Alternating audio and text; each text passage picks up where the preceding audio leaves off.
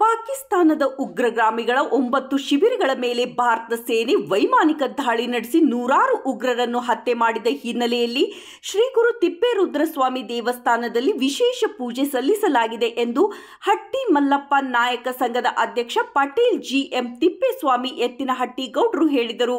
ಗುರುವಾರ ಪಟ್ಟಣದ ಶ್ರೀ ಗುರು ತಿಪ್ಪೇರುದ್ರಸ್ವಾಮಿ ಹೊರಮಠ ದೇವಸ್ಥಾನದಲ್ಲಿ ವಿಶೇಷ ಪೂಜೆ ಸಲ್ಲಿಸಿ ಭಾರತ ಸೇನೆ ಹಾಗೂ ಯೋಧರಿಗೆ ನಾಯಕನಹಟ್ಟಿ ತಿಪ್ಪೇರುದ್ರಸ್ವಾಮಿ ಪಾಕಿಸ್ತಾನ ಉಗ್ರರನ್ನು ನಾಶ ಮಾಡಲು ಶಕ್ತಿಯನ್ನು ಹಾಗೂ ವಿಜಯವನ್ನು ಕೊಡಲಿ ಎಂದರು.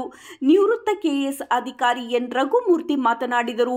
ಪಾಕಿಸ್ತಾನದ 9 ಉಗ್ರರ ನೆಲೆಗಳ ಮೇಲೆ ಆಪರೇಷನ್ ಸಿಂಧು ಹೆಸರಿನಲ್ಲಿ ಭಾರತೀಯ ಸೇನೆ ವೈಮಾನಿಕ ದಾಳಿ ಮೂಲಕ ಬಾಂಬ್ಗಳ ಸುರಿಮಳೆಯನ್ನು ಸುರಿದು ನೂರಾರು ಭಯೋತ್ಪಾದಕ ರಾಕ್ಷಸರನ್ನ ಸಂಹಾರ ಮಾಡಿದೆ. ಪಹಲ್ಗಾಮ್ನಲ್ಲಿ ನಡೆದ ಅಮಾಯಕ ಭಾರತೀಯರ ಮೇಲೆ ಪಾಕಿಸ್ತಾನದ ಉಗ್ರರು ಮಾಡಿದ ಮಾರಣ ಹೋಮದ ಸೇಡಿನ ಉತ್ತರವಾಗಿ ಭಾರತೀಯ ಸೇನೆ ಆಪರೇಷನ್ ಸಿಂಧೂರ ಕಾರ್ಯಾಚರಣೆ ಯಶಸ್ವಿಯಾದ ಪ್ರಯುಕ್ತ ಶ್ರೀ ಗುರು ತಿಪ್ಪೇರುದ್ರಸ್ವಾಮಿ ದೇವಸ್ಥಾನದಲ್ಲಿ ವಿಶೇಷ ಪೂಜೆ ಸಲ್ಲಿಸಲಾಗಿದೆ ಎಂದರು. ಎಂವೈಟಿ ಸ್ವಾಮಿ, ಜಿಲ್ಲಾ ಕನ್ನಡ ಸಾಹಿತ್ಯ ಪರಿಷತ್ ಅಧ್ಯಕ್ಷ ಕೆಎಂ ಶಿವಸ್ವಾಮಿ, ರೇಕಲ್ಗೆರೆ ಚಿನ್ನಯ್ಯ, ಎತ್ತಿನಹಟ್ಟಿ ದೇವರಾಜ್ ಇದ್ದರು. ವರದಿ ಕೆಟಿ ಓಬ್ಳೇಶ್, ನಲಗೇತನಹಟ್ಟಿ.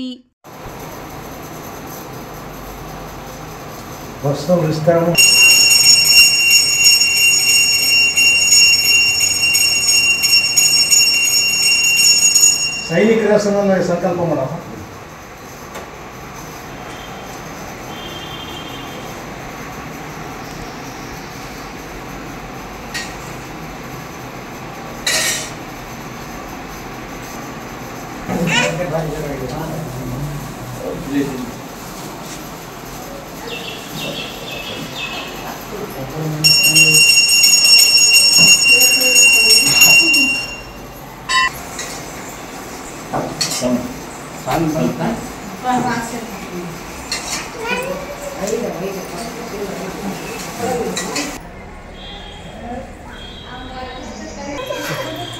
ನಮ್ಮ ದೇಶದಲ್ಲಿ ಪಾಕಿಸ್ತಾನದವರು ನಮ್ಮ ಸೈನಿಕರ ಮೇಲೆ ಮದ್ದುಗುಂಡು, ನಮ್ಮ ಭಾರತ ದೇಶದ ಮೇಲೆ ಮದ್ದುಗುಂಡುಗಳನ್ನು ಹಾಕಿ ಅವರ ಒಂದು ಶಕ್ತಿ ಸಾಮರ್ಥ್ಯವನ್ನು ತೋರಿಸ್ತಕ್ಕಂಥ ಒಂದು ಪಾಕಿಸ್ತಾನದವರಿಗೆ ನಮ್ಮ ಭಾರತ ದೇಶದ ಸೈನಿಕರಿಗೆ ದೇವರು ಶಕ್ತಿಯನ್ನು ಕೊಟ್ಟು ಆ ಪಾಕಿಸ್ತಾನವನ್ನು ಹಿಮ್ಮೆಟ್ಟಿಸ್ತಕ್ಕಂಥ ಒಂದು ಶಕ್ತಿಯನ್ನು ಕೊಡಲಿ.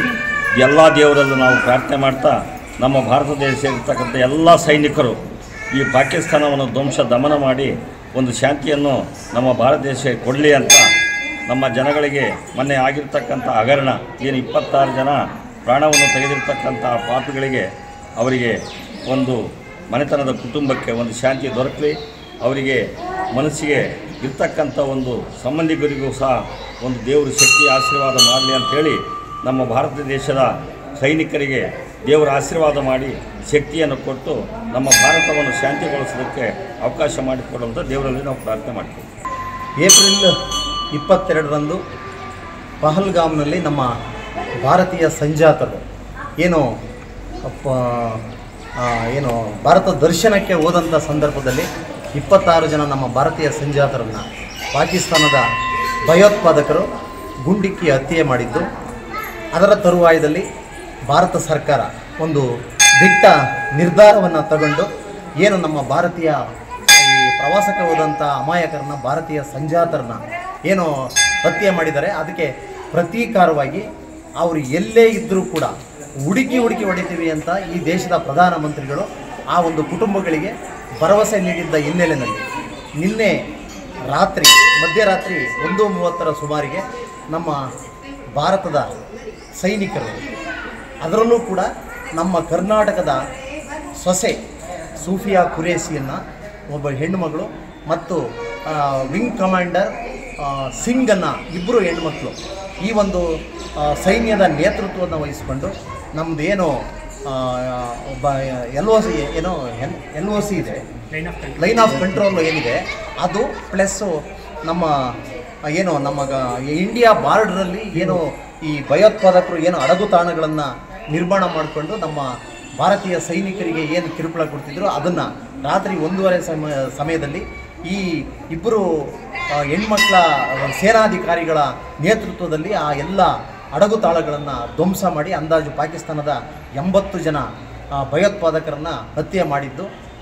ತದನಂತರದಲ್ಲಿ ನಿನ್ನೆ ಕರ್ನಾಟಕ ಸರ್ಕಾರ ಒಂದು ಸುತ್ತೋಲೆಯನ್ನು ಹೊರಡಿಸಿದೆ. ಆ ಸುತ್ತೋಲೆಗೆ ಅನುಸಾರವಾಗಿ ಏನು ನಮ್ಮ ಭಾರತ ಸೈನ್ಯದಲ್ಲಿ ಏನು ಕೆಲಸ ಮಾಡ್ತಿದ್ದಾರೆ, ಸೈನಿಕರಿಗೆ ಆತ್ಮಸ್ಥೈರ್ಯ ಮತ್ತು ಅವರಿಗೆ ಆಯುಷನ್ನು ವೃದ್ಧಿಸೋಕ್ಕೆ ನಮ್ಮ ಕರ್ನಾಟಕದ ಏನೇನು ಮುಜರಾಯಿ ಸಂಸ್ಥೆಗಳಿದ್ದಾವೆ, ಈ ಮುಜರಾಯಿ ಸಂಸ್ಥೆಯಲ್ಲಿ ಅವರ ಹೆಸರಿನಲ್ಲಿ ಒಂದು ಸಂಕಲ್ಪವನ್ನು, ಒಂದು ಪೂಜೆಯನ್ನು ಮಾಡಿ ನೀವು ಆ ಸೈನಿಕರಿಗೆ ಒಂದು ಧೈರ್ಯ ತುಂಬುವ ಕೆಲಸ ಮಾಡಿ ಅಂತ ಸರ್ಕಾರದಿಂದ ಒಂದು ನಿರ್ದೇಶನ ಇದೆ. ಹಾಗಾಗಿ ಇವತ್ತು ನಮ್ಮ ಈ ಭಾಗದ ರಾಜಕೀಯ ಮುತ್ಸದ್ದಿಗಳು ಹಾಗೂ ಜನಪರವಾದ ಕೆಲಸವನ್ನು ಮಾಡಿರುವಂಥ ಎತ್ತೆಟ್ಟಿ ಗೌಡರು ಮತ್ತು ಕನ್ನಡ ಸಾಹಿತ್ಯ ಪರಿಷತ್ ಅಧ್ಯಕ್ಷರಾದ ಶಿವಸ್ವಾಮಿಗಳು ಮತ್ತು ಇಲ್ಲೆಲ್ಲ ಕೌನ್ಸಿಲರ್ಸ್ ಅಧ್ಯಕ್ಷತೆಯಲ್ಲಿ ಇವತ್ತೊಂದು ಪೂಜೆ ಮಾಡಬೇಕು ಅಂತಂತ ಒಂದು ನಿರ್ಧಾರ ಮಾಡಿ ತಿಪ್ಪೇರುದ್ರ ಸ್ವಾಮಿ ಅವರಿಗೆ ಒಂದು ಪೂಜೆಯ ಸಂಕಲ್ಪ ಮಾಡಿ ಅದರ ಮುಖಾಂತರ ಆ ಎಲ್ಲ ಸೈನಿಕರಿಗೂ ಇದೊಂದು ಪುಣ್ಯ ಭೂಮಿ, ಇದೊಂದು ಧರ್ಮ ಸತ್ಯದ ಭೂಮಿ, ಇದೊಂದು ಸತ್ಯದ ದೇವಸ್ಥಾನ. ಈ ದೇವಸ್ಥಾನದ ಮುಖಾಂತರ, ಈ ದೇವರ ಮುಖಾಂತರ ಆ ಒಂದು ಏನು ಸೈನಿಕರಿದ್ದಾರೆ ಅವರಿಗೆ